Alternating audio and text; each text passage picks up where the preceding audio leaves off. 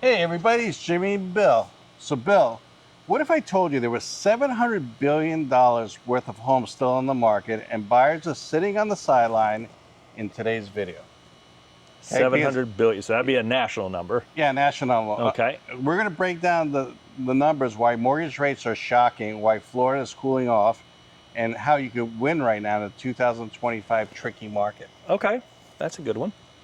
So, tons of homes for sale, not many buyers, but what could you do to buy the right deal? Because at the end of the day, everybody needs to live someplace. Right. All right, so let's talk about this. Let's do a market snapshot, okay?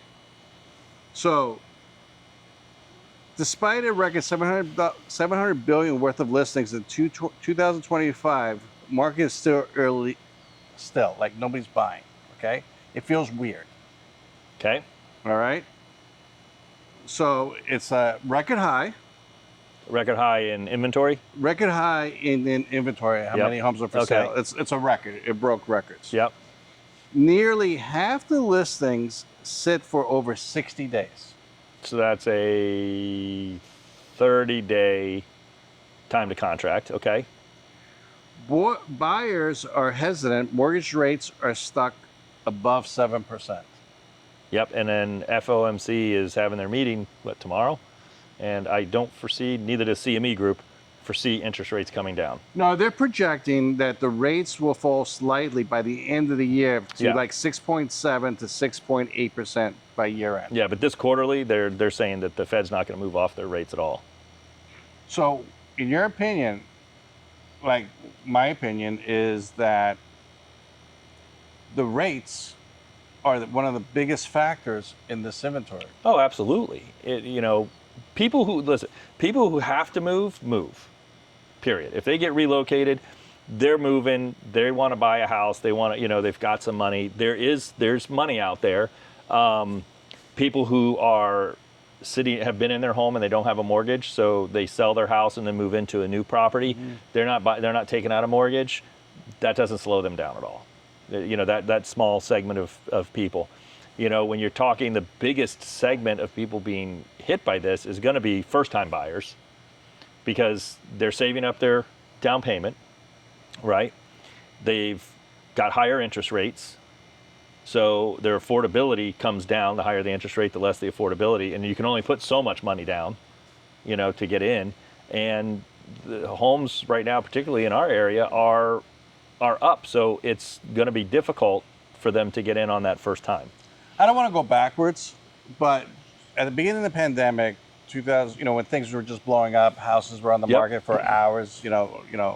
Most of the time you got multiple offers. Everybody wanted to become a real estate agent or a home inspector because it was like shooting fish in a fish barrel. But I knew a few people that were saving, and every time, because they needed, say, 10 or 20% down. Every time they saved, prices went up, so they had to save even more. It was a catch-22. Well, and I know plenty of people who waited. Yeah, and so they couldn't keep up with the demand of how much money they needed to put down. But at the same time, rates right now, there's plenty of homes for sale. Not affordable homes, but there's plenty of homes for sale. Mm-hmm.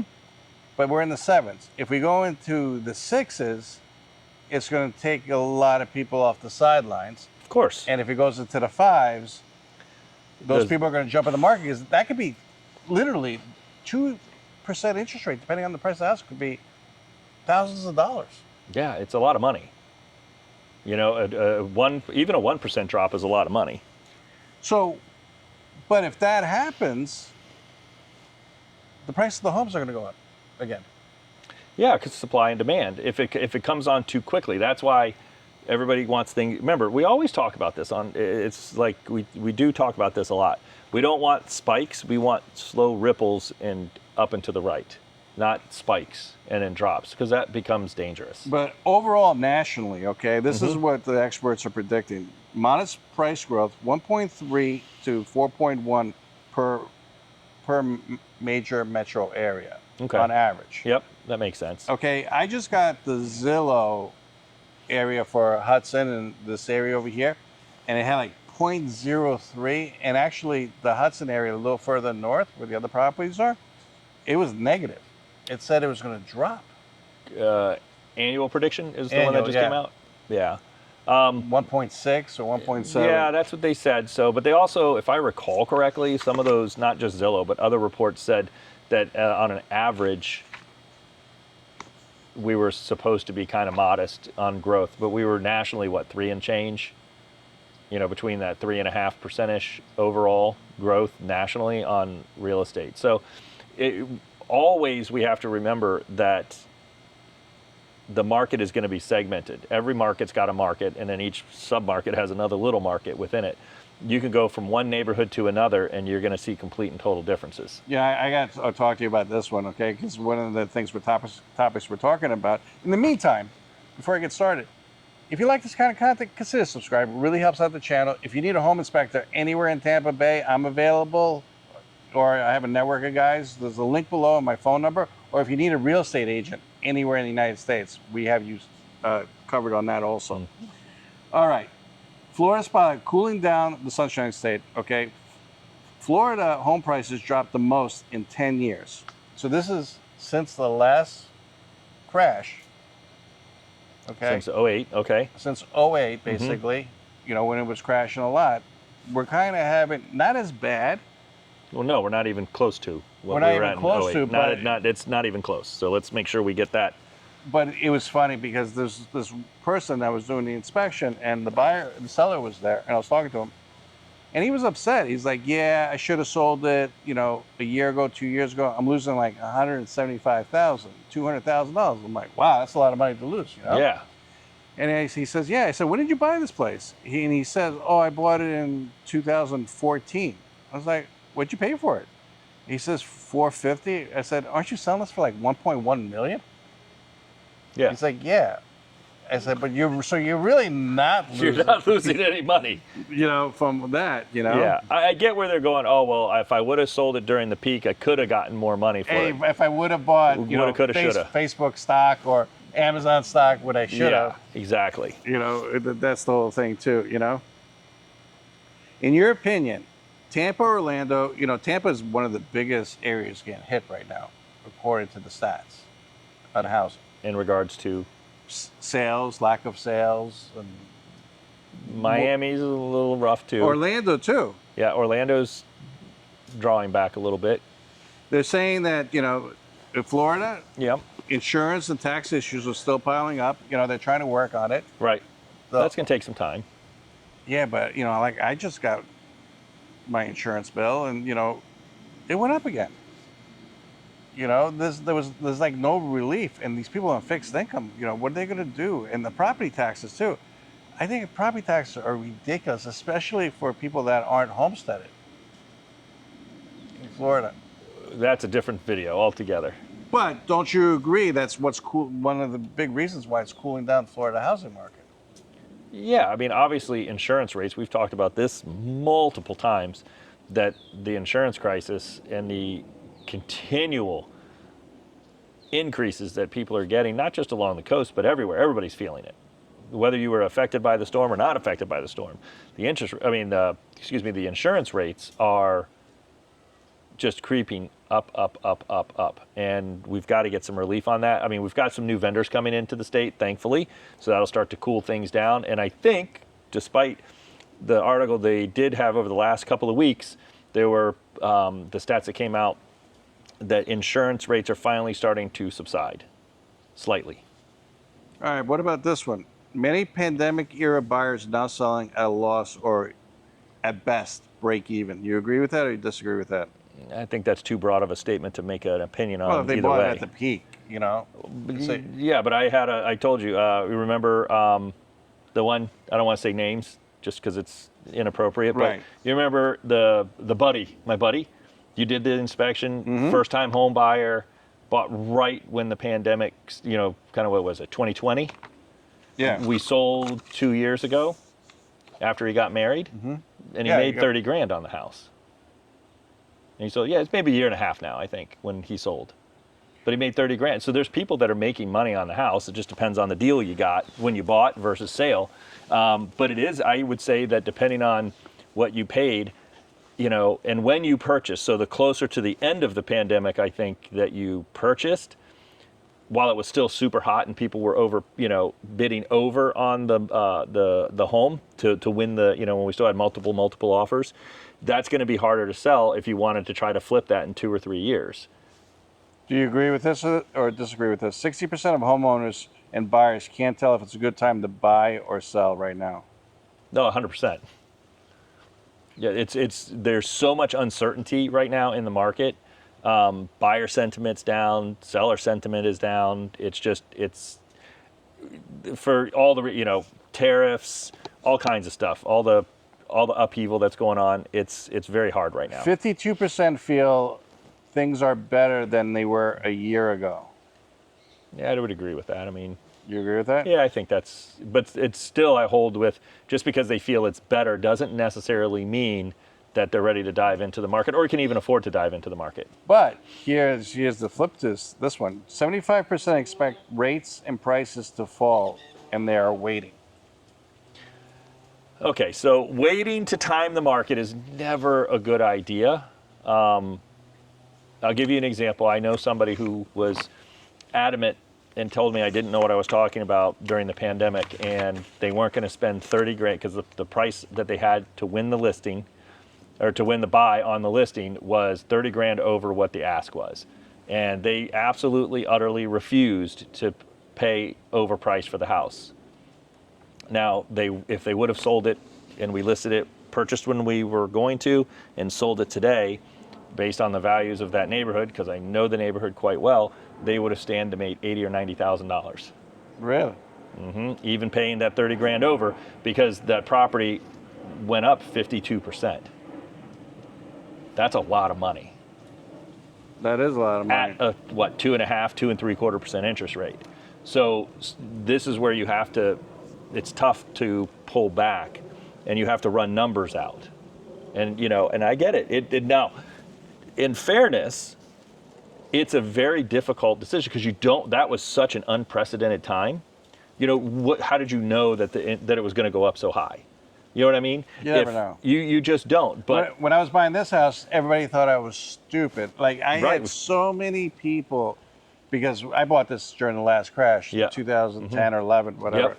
And every house over here, I think, maybe a little exaggeration, every other house mostly Yeah. had a for sale sign. And I lived in Pinellas, this is Pasco, and my friends, people in real estate business, they're like, don't go there, don't go there, don't go there. Mm-hmm. And I defined everybody, and I went there and I bought it. Right. And if you stay in the house, then you make your money back. It just is a matter of time. Mm-hmm. Even if you went back to the average, which was like 4 to 5% of equity growth year over year pre-pandemic, even let's go 3% equity growth year over year, which is pretty much what we have now, looking back at 2024, you still would have made your money back. That 30 grand gets eaten up really, really fast if you stay in the house. If you're the person who goes, well, I listen to what the investors are doing, and you're going to live there for the next 15 years, you're comparing two different models. What do you think of remember the saying that they used to do, marry the house, date the rate? I can't stand that saying. It's just drives me nuts. But the philosophy of it, if you really love the house, buy the house, and then rates will eventually drop, and then you could refinance the debt. Right. I hate the saying because it sounds unprofessional. Oh, I don't agree with it. Yeah, because you get stuck with that rate. You might lose your job, or it may not. Well, I mean, you shoulda, coulda, woulda, maybe this, maybe that. But You're never going to buy a house. It might be a long time before. It might be a long time before you get. If you're going into buying your own home that you're living in permanently, or semi-permanently, and you think that you're going into it with the mentality of I need to gain equity on it and flip the house in 2 or 3 years, then don't buy a house. That's not what it's there for. This is for homes are generally long-term growth. If you're buying a second house for investments, you're looking at things in a different light. It's a whole different process than the home that you're going to actually live in. You're looking at different numbers. All right, we told people, in this market, we'll give some suggestions on what we would do, our personal opinions, if we, because like I said, everybody needs a place to live. Yep. Like what I would do is, I wouldn't rush. No, absolutely not.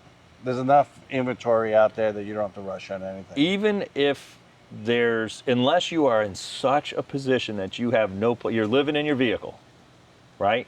Because you've got no rent, because you can't even find a rental, and this is the only house that you could buy, then maybe I would say okay. But rushing on a real estate transaction is just not smart. Because so many people, when they had little choices, regret buying it. You have to admit that, because people wanted 2,000 square foot houses, but they settled for a 1,200 square foot house.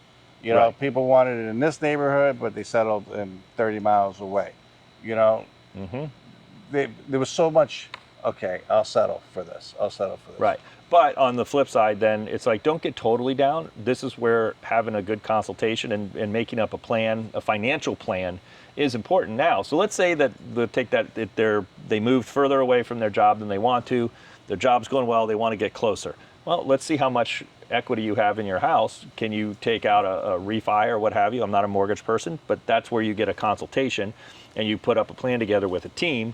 And then you can maybe rent that house out and then go purchase another house that gets you to where you want. And now you're kind of into that mini investor game a little bit, right? And now you're building wealth, long-term wealth, not the I'm going to fix it and flip it in 2 years wealth. No, that fixing and flipping thing, this is not the market. Even though, there's plenty of them out there, I don't think there's any that you could really make money on right now. Maybe, and if there is one, I think 1,000 people are going to jump on it. You took the words out of my mouth. People jump all over it. And to be honest with you, if this is like your first go, there's going to be mistakes. Don't just dive into it. There's a lot more to it. Maybe fix and hold and then turn it into a rental makes a little bit more sense, and then flipping it out after a few years, depending on what the market does. But yeah, maybe. I think being patient. I know even you worked for some buyers a year. I think you did one that took a year and a half to find them the right home. Wasn't there one that you took, like, literally you worked with them for like a year? Yeah, it was just a couple of them actually. One just closed a few weeks ago. You did the inspection. Yeah, I remember you was telling me, because I've been working with Bill for a year or two. Yeah, and it doesn't mean that we're out looking at houses every weekend. We came up with an actual plan of what they wanted to do. Mm-hmm. Then we basically went on some house hunting, right? Got an idea of where they the style of the house, where they wanted to live. Then it was a few months off. They were kind of feeling out the area. And then we did it again. But we had a plan to do that until they found they were ready to go. They were comfortable with buying. And then they started looking. It had nothing to do with, I'm going to time the market. It was all about getting comfortable with where they wanted to live. And they needed to understand the market, where they were transitioning to. But that was a good year. It was a long time. Do you have any suggestions for people that just want to get into a house, or should they? You're saying don't wait for the rates to drop, or are you saying wait for the rates to drop? No, I'm saying, like I've always said, I'm not going to change this no matter what the rates are. Is if you have to buy a house, then you've got to buy a house, right? Don't go, well, I'm going to be miserable because I want to save 0.5%. So kind of going back to where you said the thing that I refuse to say. Date the rate, marry the house. Yeah, let's be professional about it. If you need to purchase a house, think about this for a second. If you're ready to purchase a home and you're going, well, the only thing stopping me is I refuse to do a 7% interest rate. If it gets 1% down at 6%, then I'll go and buy a house. But then if more people are in the market, or even in, let's say, the same people are in the market, but just like 2024, the average increase on equity was 3.3%. Something like that. Well, how much does that eat up your 1% that you're waiting for it to drop? So now that house is 3.3% more expensive. So that means less buying power when you could have purchased it and gained 3% interest or equity in your house versus the interest rate. My other suggestion for everybody is if you're going to hook up with somebody to make a plan to buy a house. I know everybody has a relative that's a real estate agent, or a friend that's a real estate agent, or a friend that knows a real estate agent, and your neighbor's a real estate agent. Forget about all that. find somebody that specializes in what you're looking for, how long they've been in the business, talk to their past clients, see how they like them, and interview them.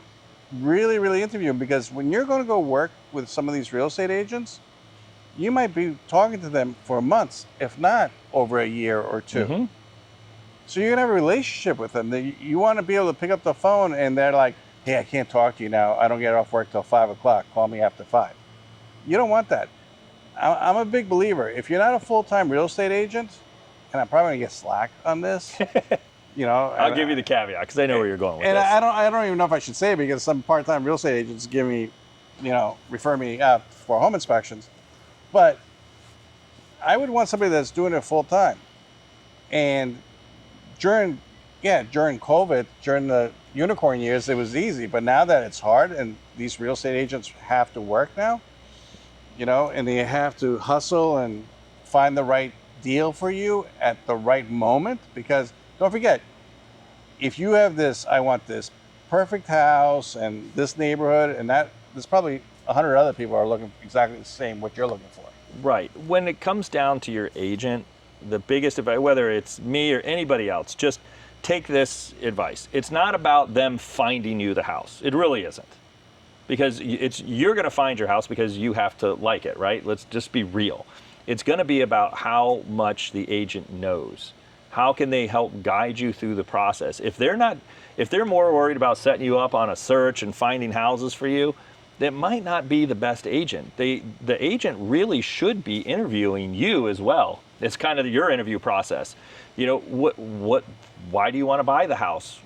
What's your timeline? And when I say timeline, well, when I find one, okay, no problem, but dig deeper on that. Are you expecting a baby and you need to move? Is your lease up anytime soon? Are you relocating for work? How long you been at your job? Getting with an agent that knows the market, and they don't have to know every single house in every single market of the entire Tri-County Tampa Bay area, but they have to have an understanding of what's going on in the market so that they can help professionally guide you, not just open the doors for you, professionally guide you to what's going on and give you suggestions. It's not just the Tampa Bay, anywhere you guys live. If it's in Canada or California or whatever, I rather work with a stranger sometimes that I know has a good history, because people told me, been in the market for a very long time, has credentials. And I know you have to have the right personality, and I know you have to like the person, but I met a realtor and I wasn't a big fan of this real estate agent. Mm-hmm. I really wasn't, but then I started talking to him, and he really knows his stuff. Right. Like, I just didn't like his attitude, because I think he knew but he's like a surgeon. Like, this guy is the best person to do a heart transplant, but he's arrogant. Or this guy is really, really nice, but he's done the heart transplant a couple of times. Yeah. I might go with the arrogant person. Yeah, and something else to think about too, because I just ran across this the other day. To be honest with you, I was kind of shocked. So I don't usually look things up because I just don't have time, but I had to when I had this conversation with this agent. And it's just something, the agent had been in the business for 15 years, locally. So the more I'm talking, the more I'm going, you've been an agent for 15 years? Just by the conversation and chit chat, right? So I looked it up, and it doesn't necessarily, stats don't mean diddly to me, because if you move or your brokerage doesn't give you the stats, then it's irrelevant. But this person was at a brokerage for an extremely long time, and I know that brokerage gives the agents their due, and they had only sold like 15 houses, and they'd been a real estate agent for 15 years. That just didn't make sense to me in the local area.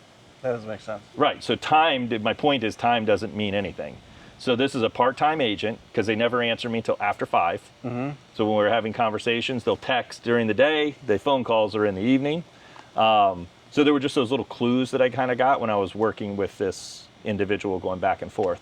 And then subsequently I figured out that they had a job. Yeah, and it's not just real estate. I'm not trying to beat up it's real everybody. estate. I'm not trying to beat up real estate agents that do it part-time. There's home inspectors. There's mortgage brokers that do the same thing. Yeah, like I just did a inspection actually today.